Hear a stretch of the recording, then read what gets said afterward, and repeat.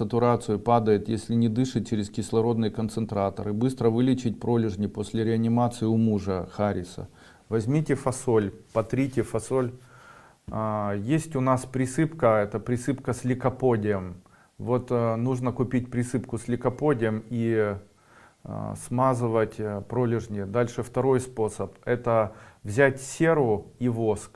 Возьмите воск пчелиный, 100 грамм оливкового масла нагрейте, добавьте в 100 грамм оливкового масла, не надо, это очень сложно, вот так сделайте, можно яичком, возьмите, сварите 3-4 яйца, но варите их час, потом возьмите желток, перетрите на мелкую терку и положите на сковороду. Когда нагреется этот желток, перетертый на мелкую терку, добавьте туда на 3 яйца полстакана оливкового масла. Не доводите до кипения, просто пусть оно все нагреется, после чего немножко остынет. Отожмите жидкость, которая получится, ей смазывайте места пролежней. Как увеличить сатурацию человеку, чтобы сатурация увеличивалась? Вы заставляете меня просто идти где-то против Ютуба. Меня чуть не закрыли, мой канал на Ютубе, и написали очень нехорошую статью, причем ее написали в журнале, периодичном издании Vox, который публикуется во всем мире, то есть опубликовали на 11 языках журнала Vox по всему миру, что упражнений, которые могут помогать человеку увеличить сатурацию, не существует.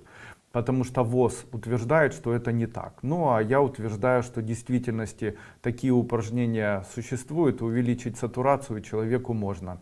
Первое — это прикладывание горчичника на уровень горла. Второе — это натирание лба и натирание носа вот таким образом Т-образным. Точка, которая находится вот здесь вот у нас в центре груди, мягкая точка, самая болезненная. Когда человек не болеет заболеваниями легких, эта точка у него, она не болит, она не болезненная. Но в случае, если у человека начинает появляться инфекционное заболевание, какое-либо коронавирус, там, вирусное заболевание и что-либо еще, то данная точка становится болезненной. Ее необходимо массажировать, также ее необходимо смазывать ментоловой мазью или камфорным спиртом, чем-нибудь, что может ее разогревать. Далее, для того, чтобы увеличить сатурацию, необходимо вдоль позвоночника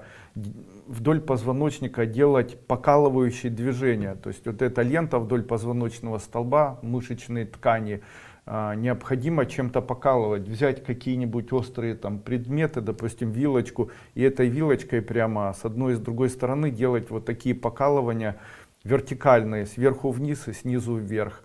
Ну, не так, чтобы человеку было больно, а делать это в мягкой форме. Ну вот, как-то.